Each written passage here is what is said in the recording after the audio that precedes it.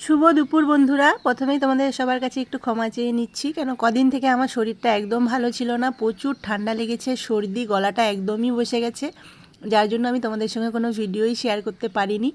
এখনও যে আমি ভিডিওতে ভয়েস দিচ্ছি আমার অসুবিধাই হচ্ছে, সর্দিটা এত লেগেছে ওয়েদারটা চেঞ্জের জন্য, যার জন্য খুব কষ্ট হচ্ছে। আর আমার না এই সারা বছর এই সর্দিটা মাঝে মধ্যেই খুব হয়ে থাকে, শরীরে আর কোনো বড় রোগ হয় না, কিন্তু এই সর্দি কাশি লেগেই থাকে। এখন তো তাও গলার ভয়েসটা অনেক কম, মানে বসে যায়, আগে প্রচুর বসে যেত।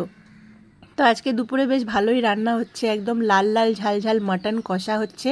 দেখো বড় বড় আলু দিয়েছি, গোটা গোটা রসুন আছে, আর পুরো কষাচ্ছি অনেকক্ষণ ধরে। আর মাটন যত আস্তে আস্তে করে কষাবে অনেকটা সময় ধরে, তাহলে পরে তেল বেরোবে আর মাটনটাও খুব সুন্দর সিদ্ধ হবে। তাই আজকে লাল লাল ঝাল ঝাল মাটন কষা, ঝোল যেটাই বলো, খুব বেশি শুকনো রাখবো না, মাটনটা না একটু ঝোল ঝোল খেতেই ভালো লাগে, কেন মাটনের ঝোল দিয়ে ভাত খেতে কিন্তু দারুণ লাগে। আর এপাশে ঝিঙে সর্ষে পোস্ত দিয়ে হচ্ছে, সাথে পটলও আছে, এটার একটা তরকারি হবে আর কিছু একটা ভাজা হবে। তো রান্নাটা কেমন লাগছে সকলেই জানিও, আর সবাইকে জানাচ্ছি শুভ দুপুর। দিনটা তোমাদের সবার খুব সুন্দর কাটুক, খুব ভালো থাকুক।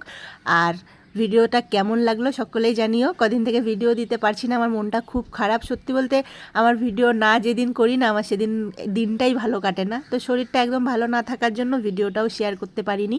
তো মাটনের যে চর্বিটা আছে সেটা আমি সবার লাস্টে দেবো, তাহলে একটু গোটা গোটা থাকবে, খেতেও ভালো লাগবে। তো কার কার প্রিয় মাটন জানিও।